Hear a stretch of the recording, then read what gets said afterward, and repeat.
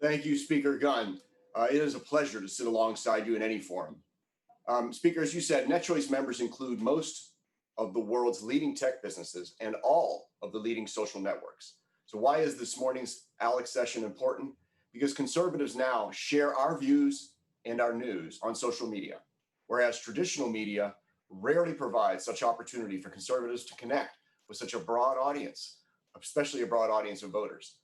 That opportunity, however, is tempered by the reality that social media platforms have to responsibly moderate user posts and videos to satisfy their audiences and the advertisers who pay the bills.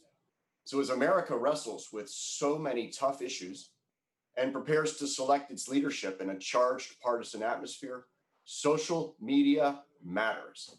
So this session today will consider an ethos for social media from my industry to support free expression, subject to reasonable community standards that are applied equally and fairly. We'll present our panel and you, the audience, with 3 questions about whether and how my industry is achieving that ethos today. So let me introduce our panelists. The Honorable Barbara Comstock is a friend and former Virginia legislator, an ALEC member who went on to serve 2 terms in Congress representing the area where I live in Northern Virginia. Barbara's now a consultant to tech businesses and a political analyst that you've seen on ABC News. Representative Justin Hill, a Missouri legislator and ALEC board member. Representative Hill began his career as a police officer, including undercover work for the Drug Enforcement Administration. Steve Moore hardly needs an introduction to you. He served as senior economic advisor to Donald Trump. He was a Heritage Visiting Fellow and senior economic analyst at CNN. Steve previously wrote on the economy and public policy for the Wall Street Journal and was a member of the editorial board there. Bartlett Cleland is counsel for ALEC.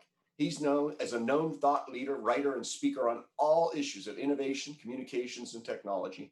And he spent his entire public policy career in the technology and the innovation space.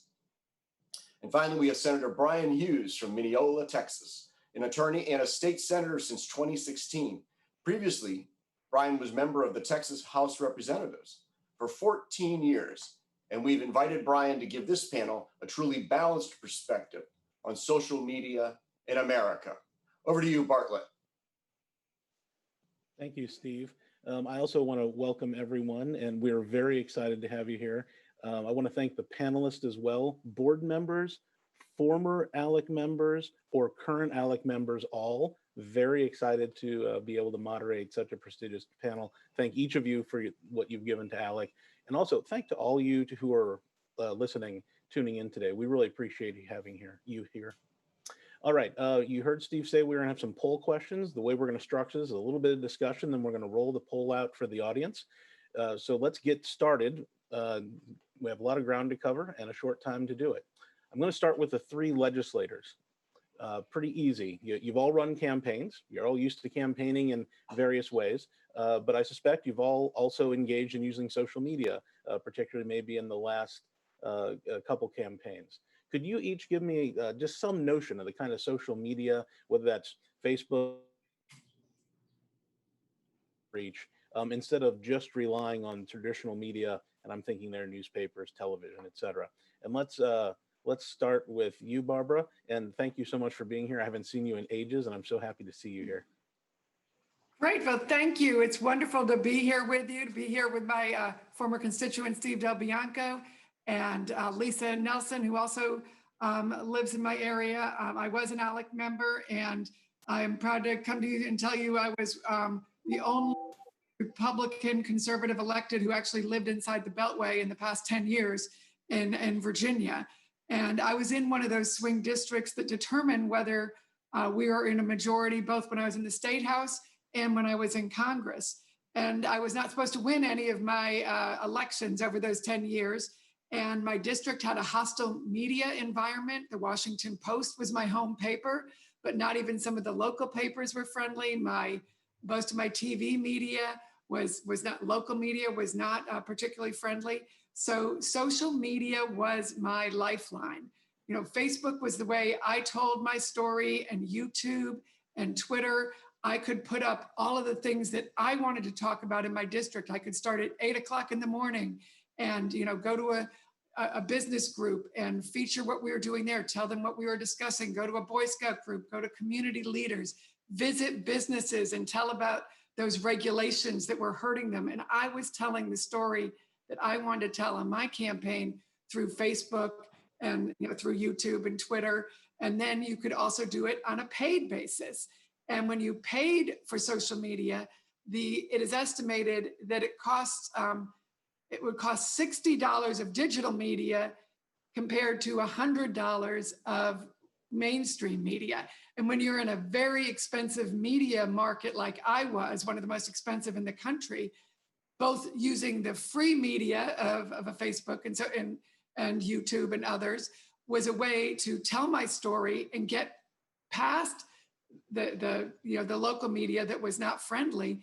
And it became something where I was able to tell the story about how hard I was working for my district, all the issues that I thought were important for my district, and have the people of my district tell that story, and they would follow along. And that was, I got the reputation for being one of the hardest working and being everywhere through social media. And it was something even the mainstream media ultimately had to put in a headline. Well, she's everywhere. She is, works constantly, but can she still win? So social media was that lifeline. And I think without it, I certainly couldn't have won the purple and even blue areas that I had to represent. Thank you, Barbara. I heard, as a fiscal conservative, I heard you say it's like a 40% off sale. So that's great. You sold me. Yes, exactly. It was, Brian, Senator Hughes, let's go to you. Your experience? Thanks, Barton. Thank y'all for having me on this today. It's a pleasure. I'm already learning a lot. And so I represent Northeast Texas, a beautiful part of the country. And in 2016, our primary and runoff for the Texas Senate. So a lot of traditional media, TV, radio, obviously mail, also a lot of social media, and like Congressman Comstock. That's the earned kind and we had to pay for. We spent about $1.4 million in that race. Most of that again on mail, television, but an increasing amount in ads, right? Facebook ads, Google ads, online stuff. And I think those of us know who've dealt with this. When you run a television ad, a newspaper ad, you get an affidavit showing when it was run, and there's a lot of transparency. On social media advertising, and especially Google, not so much. We're not sure exactly where it went or where your money went, but again, it's there. We use it. We're thankful for a way to reach people. And yes, on the earned side, if I go to a Rotary Club, I want those 100 people there know I was there, but I'm not too dumb. I figured I don't want to put it on Facebook and Twitter and let everybody know I was there. So yes, like the congressman, it's helped folks know that I'm everywhere when we put it on social media. So yes, we're getting better at it and using it more on the earned side and also the paid side. Thank you, Senator. And Representative Hill, Justin, your experience. Hey, good morning, everybody from St. Louis, Missouri, or just outside. I have to tell you, my experience is pretty unique because my prior profession, I didn't want to be on social media. I didn't want anyone knowing who I was. So as I transitioned into more of a public life, even though I was a public servant, I had to build a face, build an image, and I started my first Facebook account in 2013. I've only been on social media for 7 years now, and I've been in public office for a little over 5. So in that time, ironically, 2 of my local newspapers have gone out of business. So my reach has really depended upon social media. My interaction with my constituents, I'm not at the Capitol. We're a part-time legislature.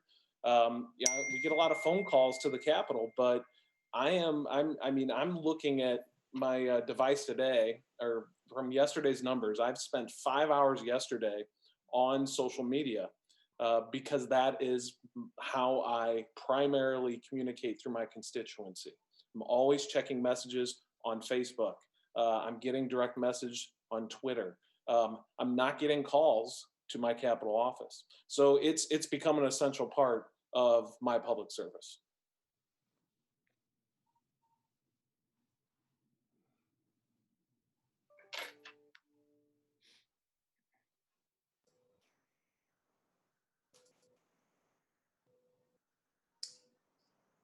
Bartlett, while you're waiting to pick up the line, I wanted to say how this reminds me of decades ago, licking stamps, dialing rotary phones, and then knocking on doors for Richard Nixon, where I was trying to find the rest of that silent majority that was somewhere out there among America's voters.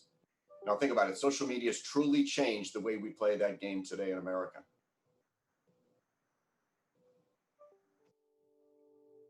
Yeah, and particularly, you can really target constituencies, busy moms, single moms, people who may turn on social media at about 8 or 9 o'clock at night. You could really learn when you could reach your volunteers, reach your constituencies, and make sure you were constantly keeping in touch that way and growing a real group of activists in an area where, like I said, I wasn't supposed to ever win. And I really do attribute it from 2009 when I first ran to having that social media reach that the Democrats just weren't doing at that time and actually never did do to the extent that I did. So Steve, could I jump in? Sure. So by the way, you do an amazing job, Steve, at Net Choice, and a big admirer of the work you do. And Barbara, it's great to see you as well. Look, I come at this from the perspective of really protecting our technological edge supremacy in the global economy. It is an area where the United States is just unrivaled in terms of our great companies and our huge technological and innovation edge. And everything I do, whether it's at Heritage Foundation or working with ALEC or our Committee to Unleash Prosperity with Steve Forbes and Art Laffer, is to try to make sure that we maintain that superiority.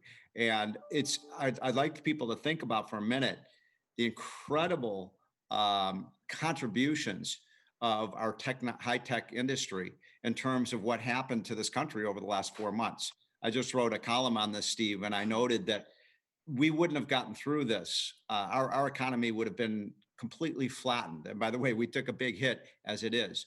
But without social media, without companies like Google and Amazon and others that oftentimes come under attack and sometimes for good reason.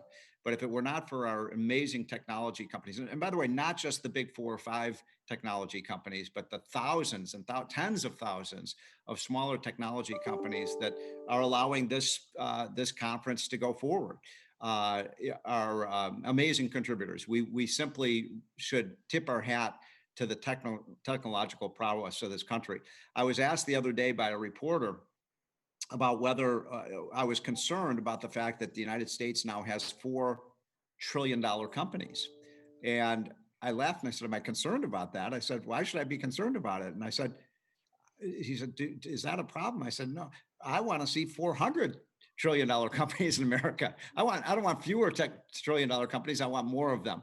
And so we believe as free market conservatives, that what's important is customer choice and competition and the technological edge, and we have that. And my one worry, Steve, is I'm seeing now some of our great technology companies really being assaulted under this banner of antitrust. And by the way, just so everyone knows, the antitrust movement comes right out of the progressive movement 100 years ago. This is a progressive movement. I cringe when I see conservatives talking about antitrust actions. If we're going to talk about antitrust, we should go after the school system and Amtrak and Postal Service, things that have government protection. We believe in competition, and there's no area where there is more competition, in my opinion, Barbara, than in the technology industry. And so I'm hoping that ALEC and the members of ALEC play a very active role in making sure and working alongside what you do at NetChoice to make sure the United States of America, this great country of ours, maintains its technological leadership. And that's why I'm going to be working with you, Bartlett, in the next couple of years to make sure we do that. Fantastic. Thank you, Steve. And I know you did have a plane to catch, so we won't be surprised if you step out of the screen at some point. So the first question in the audience poll, I hope was going to reflect, is that has social media helped lawmakers and constituents communicate directly and reduced our reliance on traditional media, who's been rather hostile to conservative values? I think the answer is a resounding yes. Let's go to question 2 to talk about concerns regarding bias against conservative content on social media. because lately it seems the social media sites are being told by everyone how to run their business, but how to balance the avoiding of offending our audiences and attracting audiences and advertisers who pay the bills is a tremendous challenge. Everyone seems to want the sites to do what favors their side of the argument, but not necessarily achieve the goal of true free expression, subject to those responsible community standards that are fairly and equally applied.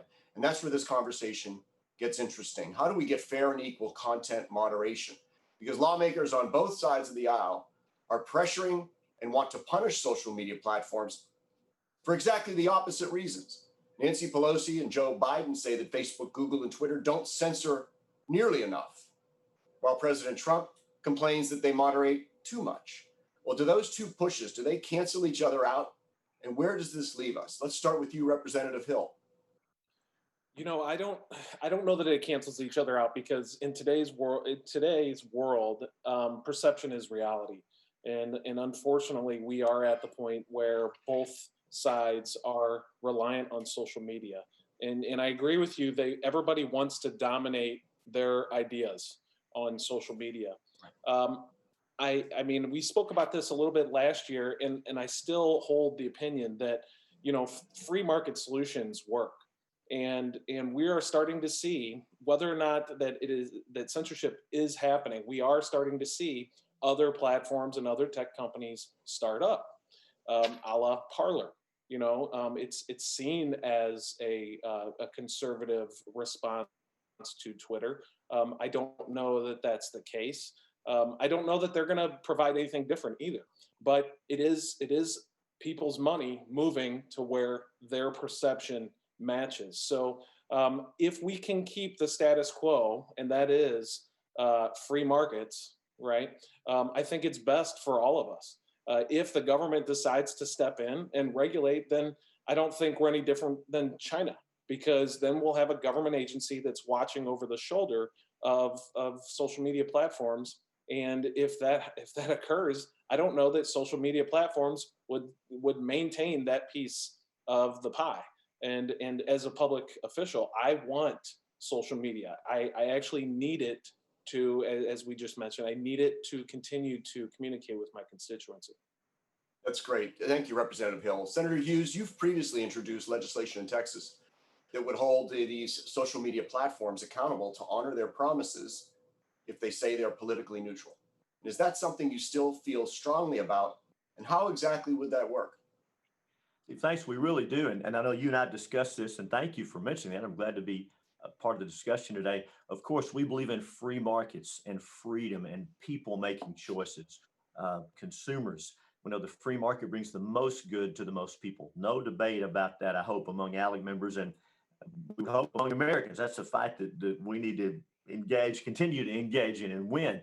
So we're thankful for that. Now, it would be to suggest that there is an equal amount of bias or that both sides feel they're treated unfairly. There is some objective evidence that that's just not the case. Right?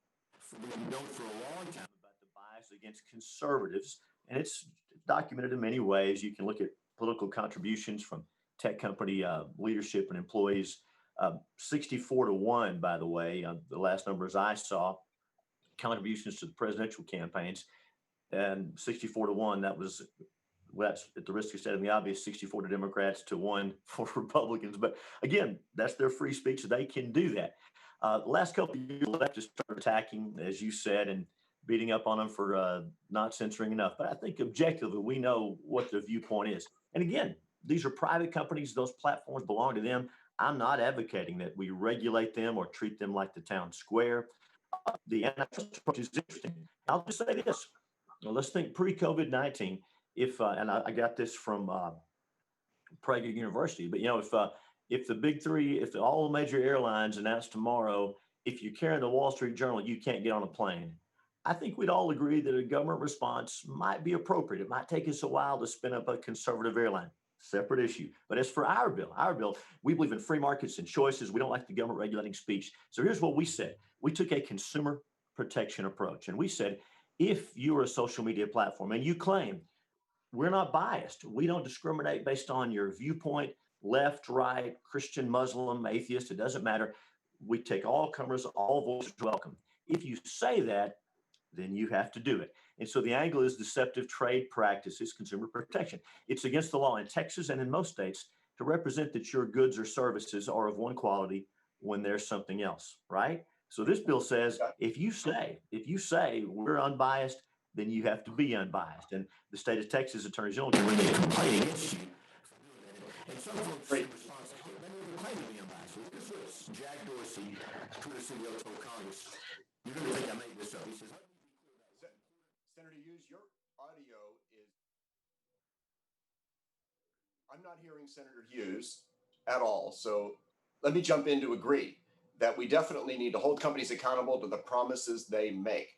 Good news is we've had law in this country for a century that says that every company is accountable and can be taken to task by the Federal Trade Commission for unfair and deceptive trade practices by putting up a promise and then being deceptive about honoring that promise.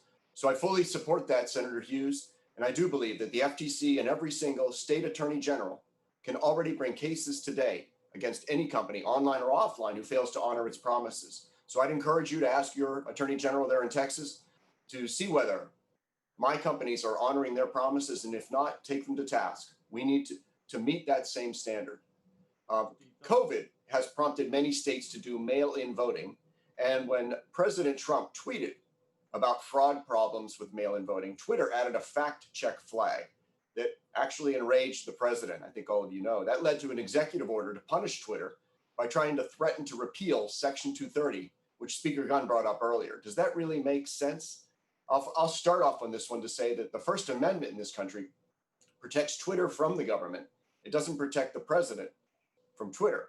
And Section 230 is that 1996 law. It's often called the 26 words that created the internet.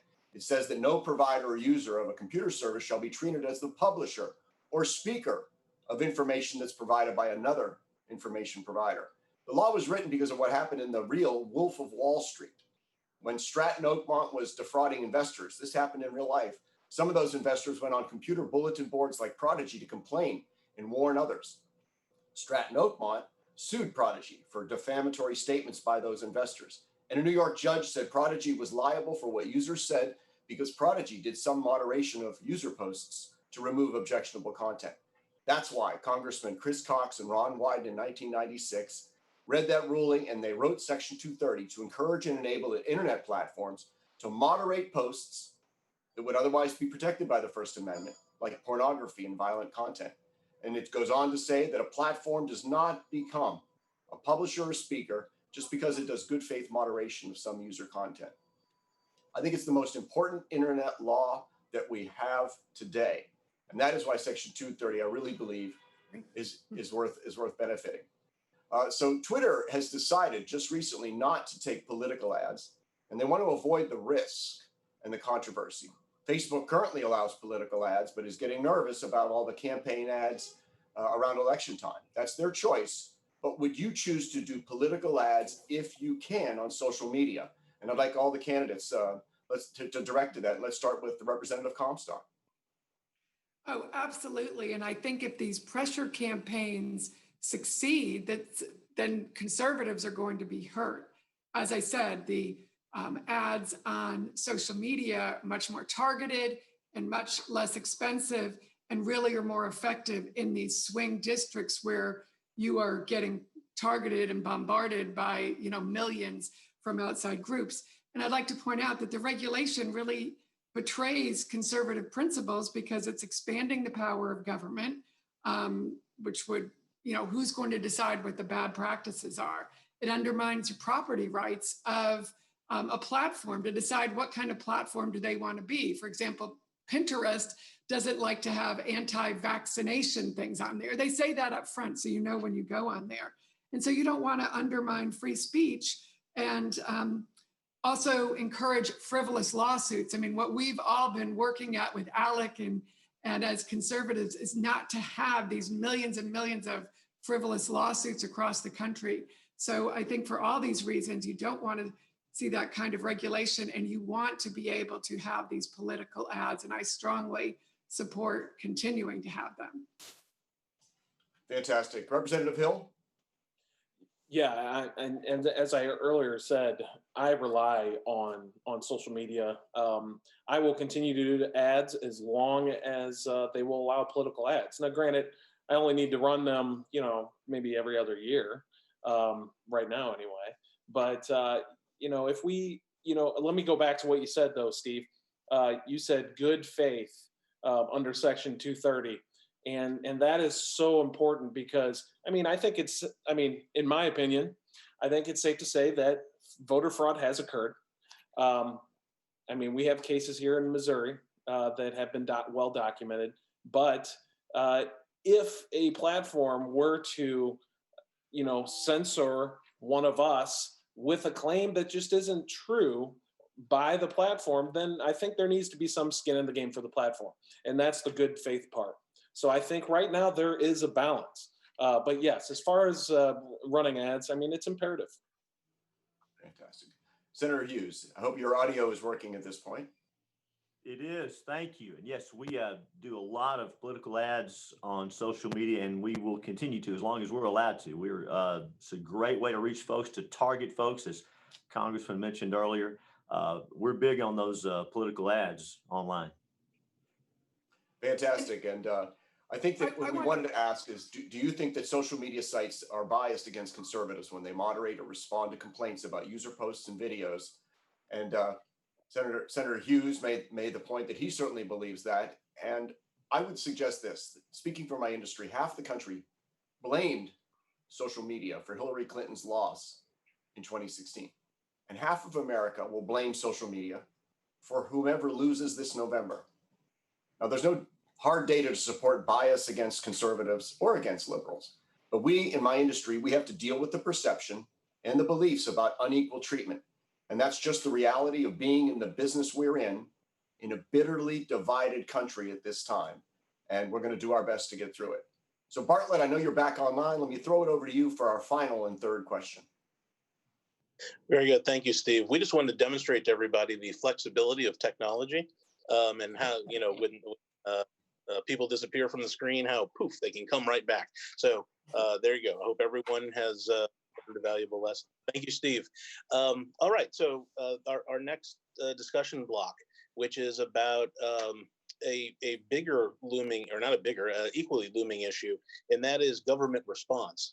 And so let me tee it up this way. The question is, what government hammers should be used as a solution to any of these various issues, challenges that have been laid out, either that you've heard about in the audience or that you heard here during the panel.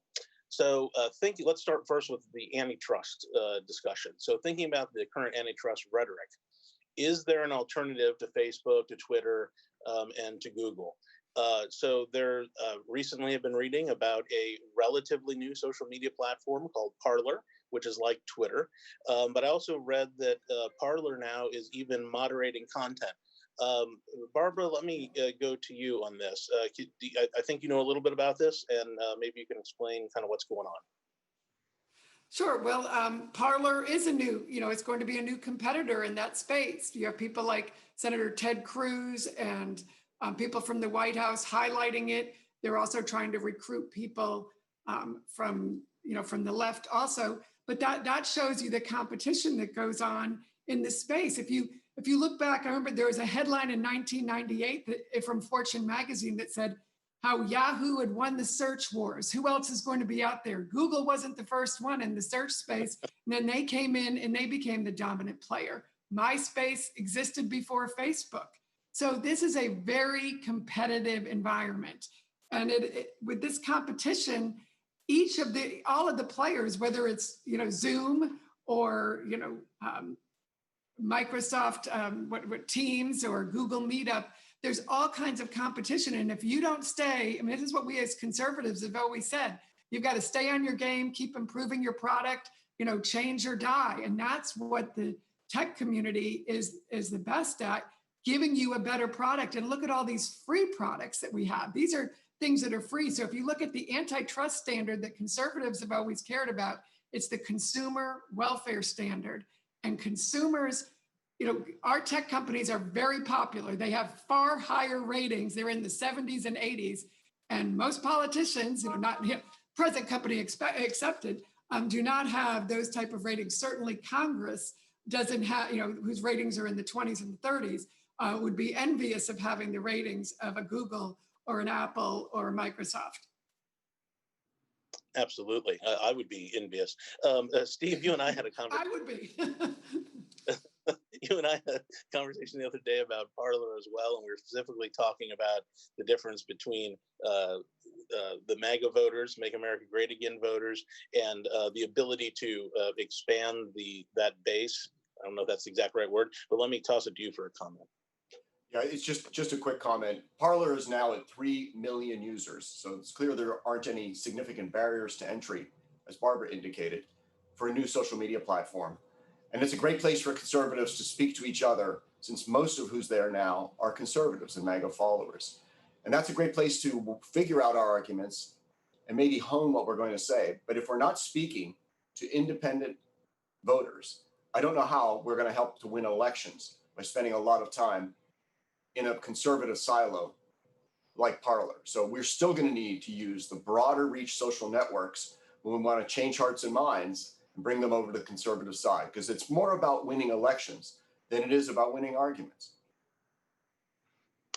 Thank you on that. All right, let's switch gears slightly, although this is related. It's hopefully it's about to be baseball season, and as a big baseball fan, go Cards. We are very used to going back literally 100 years, being able the players and the managers, particularly working the refs, right, working the umpire, calling the balls and the strikes. That seems to be in the American spirit, I would say. But should we invite federal government to be in the game, to run the game? And this goes directly maybe to thinking about the amending the law. Justin referred earlier to the balance.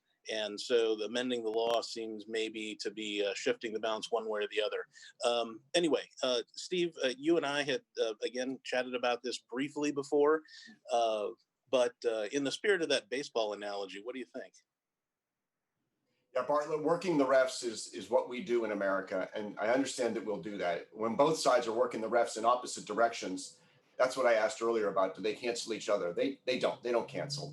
The companies that I represent in our industry have to continue to pay attention to both sides of the argument.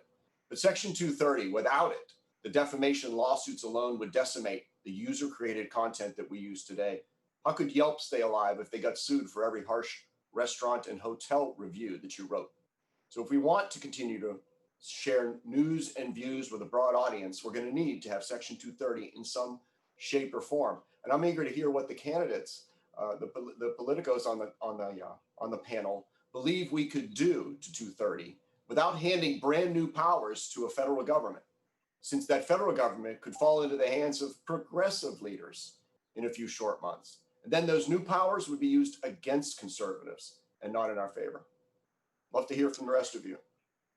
Absolutely. And with an eye on the clock, let's, if each of you could take 1 minute, a lightning round of sorts for the three electeds, and discuss that to the extent that we change Section 230, that we think about once that power is there, what might happen in different administrations going forward, whether that's in your state or if that's at the federal level, depending on the kinds of rules that get put in place. So let's go in a traditional order, because after all, I'm traditional. So if we could start, Barbara, with you. Okay. Well, as I said from the start, coming from a swing district that makes a difference whether conservatives, Republicans can have the majority, I think that kind of regulation would be devastating to conservatives.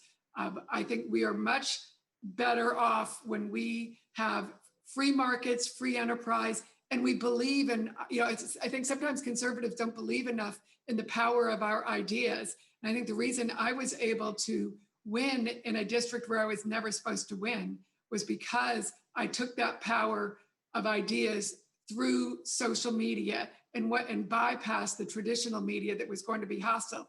If we have this regulation and say a Democrat administration comes in and starts going at us, then we will be back to being reliant on those, whether it's the Washington Post or the New York Times, or in my case, a bunch of local media that is not friendly, and that would not give us a majority anytime in the future. And Senator Hughes, your thoughts on that same point? Thanks. I believe Steve is correct. Section 230 was put in place to encourage that robust development, and then it's worked. We should tinker with it cautiously. I will say Section 230 gives states very little room to maneuver. Of course, there's discussion about antitrust. Steve Moore talked about that. As conservatives, especially Austrians, we don't care so much for antitrust stuff. There's a view that we could treat these treat platforms as common carriers. That's one approach. I don't really love that one. Then there's also been the consideration that this has become the new town square. So the First Amendment might apply in some cases, even though they're private enterprises. I don't just love that. Those are all kind of messy. I think within the current framework and the most free market approach is not the federal government, not the FTC or an agency, but consumer protection laws at the state level. And Steve, when we file that, I want you to come testify on our behalf that the law applies in Texas, okay? You bet. Thank you. I'm sure he will. And Justin, or Representative Hill, let's go to you on those same combination of thoughts. You know, I think I always want to go less is more as a conservative, as a free market, liberty-loving, person. But on the same token, I don't want 50 states having 50 different policies. So right now, Section 230, as I see it, is very good for future growth and free markets. Thank you guys, all of you. And it just occurs to me as I look at the screen, Missouri, my home state, my adopted second home state of Texas, where I lived for a long time, now living in Virginia, represented by Justin, by Brian, and by Barbara, and the career that I've had represented there by Steve Del Bianco. I want to thank you for making this personally exciting for me. If folks, let me do one last thing. If people in the audience want to learn more about any of this from any of you, let me do a whip around. How do they get hold of you? Steve Del Bianco, best way to get hold of you. Yes, you can reach me at sdelbianco@netchoice.org and check protectonlinevoices.org. And Barbara? You can reach me through NetChoice, or my email is barbara@comstockstrategy.com. I'm also at Baker Donaldson Law Firm. And so, or you can Google me and find me. Of course, because you're on all the platforms. Senator, how do we get hold of you? Thanks, Bart. Brian at brianhughes.com. Brian with a Y. If you spell it with an I, you'll get a jazz guitarist in California. I hear he's good, but I'm Brian with a Y. And of course, I'm on. That's awesome. And Justin, how do we reach you? The easiest way to get a hold of me is finding me on Twitter at Hill for Missouri, all spelled out. Great. Thank you. And if anyone needs to reach me, feel free to contact Alec, or feel free to email me directly at bclellan@alec.org. Thank you all so much. I truly appreciate your time, and I appreciate the audience. And with that, I think we're headed back to Mr. Speaker.